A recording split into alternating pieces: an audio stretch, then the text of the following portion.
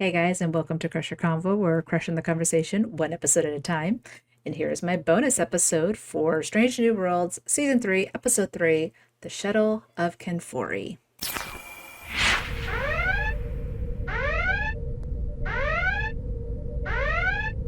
Now remember, if you haven't seen this episode yet, please turn back now because there will be spoilers. Spoilers.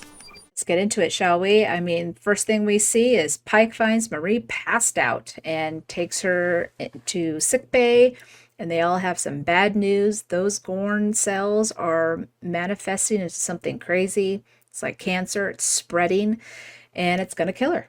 And of course, M'Benga, Chapel, and Spock have this idea of this rare flower that's going to help her. And of course, it's in a horrible area where they're not supposed to be. I found it kind of weird though. Like, this was super fast. Like, the moment they jumped into the episode, they started talking about this. And I'm like, all right, everyone's just like, let's go break the treaties and let's go break, go against the no-fly zone and stuff like that.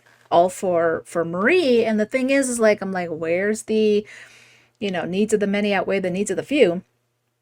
Nothing's happening here. So I found that very interesting in the very beginning of this episode.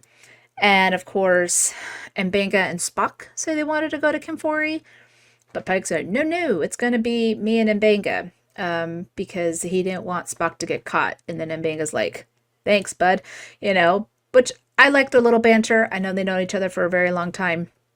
They've been friends for a very long time. And so, it's kind of cute in a sense. But yeah, it was very interesting of just how quickly this manifested. You remember Zeta Borealis? The moment our shuttle landed, you kicked open those storm doors and you threw up. If memory serves, it was those Vidala cigars we smoked the night before. And the thing about M'Benga is that as they're doing something so dangerous, he's kind of chill about it. And I don't know if that's just because of how he is after the war, but it kind of caught my attention. And when they found that Klingon, I guess, beacon saying like, radiation, turn back, go away, they ignored it. And at first I thought they were saying that because like Klingons are nearby, they took over the planet when they weren't supposed to, and they just put that there so people would turn back. No, there's a warning. There's a warning because something happened on the planet that we'll get into in a second. But of course, because M'Benga, I guess, is being tracked by other Klingons, which we find out that is the daughter of that ambassador that he killed under the Cloak of War. And again, it all happened so fast that M'Benga was carrying the secret for Pike, that he was doing this for Marie. She knew this was going to be basically making her a Gorn hybrid species in order for her to survive. And everyone knew it but Pike, which he was hurt about. And I don't blame Chris for feeling this way, but it was one of those things where I think M'Benga tries really hard to, do the greater good beyond what he should, because he's still feeling that guilt of what he did in the war. I think he's always feeling like he has to repay the penance of it. And then of course they're in Klingon territory, and this is exactly where he probably doesn't want to be, but he's doing it for Marie. So I thought that was interesting. But again, everything was kind of happening so fast and I wasn't sure what was going on. And then it just really got weird. Why?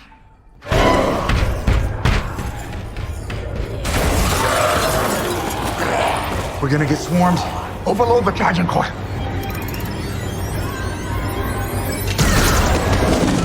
Zombies, guys, we got zombies happening. I'm all like, is this some Walking Dead shit happening? And sure enough, that's kind of what it was. I mean, clearly they were, again, you're playing with science, something's going to happen. And then they got attacked, and then they just all turned into basically the hybrid plant that they were trying to create. And it was attacking anything that was alive. So yeah, they turned into zombies. And of course, the first, when the Klingons were going after them, first couple Klingons, die. Then we find out that that was the daughter of that ambassador. And she's all like, you took away my honor, which is a huge deal. And she wants Mbenga to fight her to the death. And of course, he forfeits, which makes it even worse. And she ends up sacrificing herself in order to restore her honor. And of course, Pike finds out the truth about what Mbenga had done. The thing is that it was kind of just confusing. I mean, cool, we're all into zombies, okay? Not a huge fan, but I'll deal with it. And it was kind of like Mbenga trying to redeem himself, and then they're being attacked by zombies, and then there's something going on with Marie, Batel, with the whole mind meld, which I'll get into in a second. And it's just like boom, boom, boom, boom. Everything's kind of happening all at once that I kind of was like, why is there zombies? Like, even though I heard why they became zombies, and, Pike wanted to call them zombies, even though Mbenga thought that was rude. It was just a lot happening, and I don't think it was written to the point of where it's just kind of flowing well. It was like boom, boom, boom, boom, boom. And it was really hard to keep track. But we got zombies and Star Trek. I mean, who knew?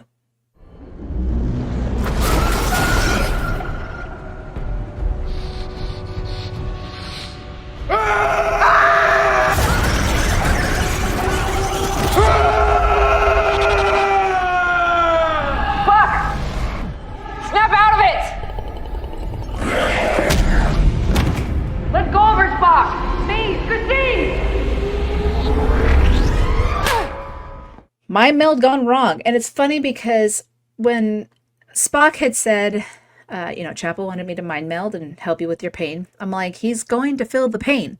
That's the whole point of the mind meld.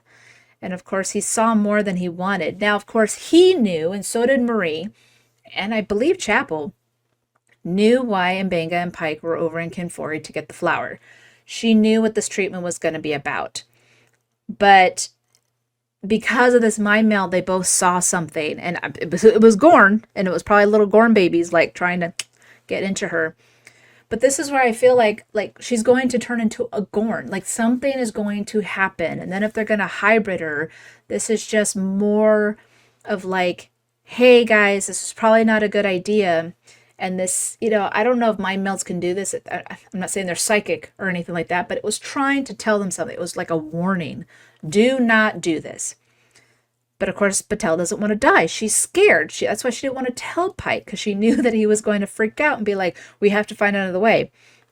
She's doing her best to survive, and she means I have to be half Gorn. That's what's going to happen. But again, it was just a really weird thing that just something big's going to happen at the end of the season. Congratulations, everyone. Erica, stellar flying, but never do that again. Ortega's being insubordinate. Look, I think her PTSD has gotten to her. I don't know if anything else is happening, but she just didn't want to listen to Una, and she kept just pushing that envelope, and now she's in trouble. The thing is that she's playing unsafe. She's trying to be a risk taker because she wants to feel that adrenaline rush. I don't know if that's just her way of trying to cope with what had happened, or if something happened by being stabbed by the Gorn. I have no idea, but there's just something with her that she just doesn't want to play it safe anymore, and felt that playing safe almost got her killed. So we're going to see a lot with Ortegas. I think we're going to see a lot of growth with her character. Definitely don't know what's going to be happening after this. I mean, now she's in trouble. She's going to be out for 2 weeks. But it will be interesting to see. As we've all been asking, we want to see some PTSD stories. And it's not that that's a good thing. It's just a lot of these characters go through some shit. We saw it with Picard. We've seen Beverly go through some stuff. Good Lord, we've seen Troy go through some stuff. And all these characters, and then the next day, they're happy-go-lucky, team. It's just not realistic.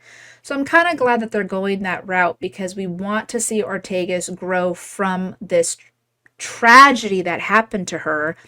And, it's going to make her into a better person. It's going to make her grow. It's going to make her just be more of a badass as a helmsman. So again, I'm excited to see where this is going. I have no idea where it's going, but I'm looking forward to it. But okay, guys, those are my thoughts of episode 3 of season 3 of Strange New Worlds, Shuttle to Kenfori. If I had to give it 1 to 5 zombies, 2.5. Not a fan. There's bits in the episode that I enjoyed, but it was kind of all over the place that I just couldn't get into it. So I don't know. I wasn't feeling it. Maybe if I watch it again, I only saw it once, maybe I might have a different reaction, but 2.5 zombies. So yeah. Tell me in the comments below of what you thought of this episode, and don't forget to like this video, and if you haven't already, please subscribe, and thank you for watching. I'll see you next week. Live long and prosper.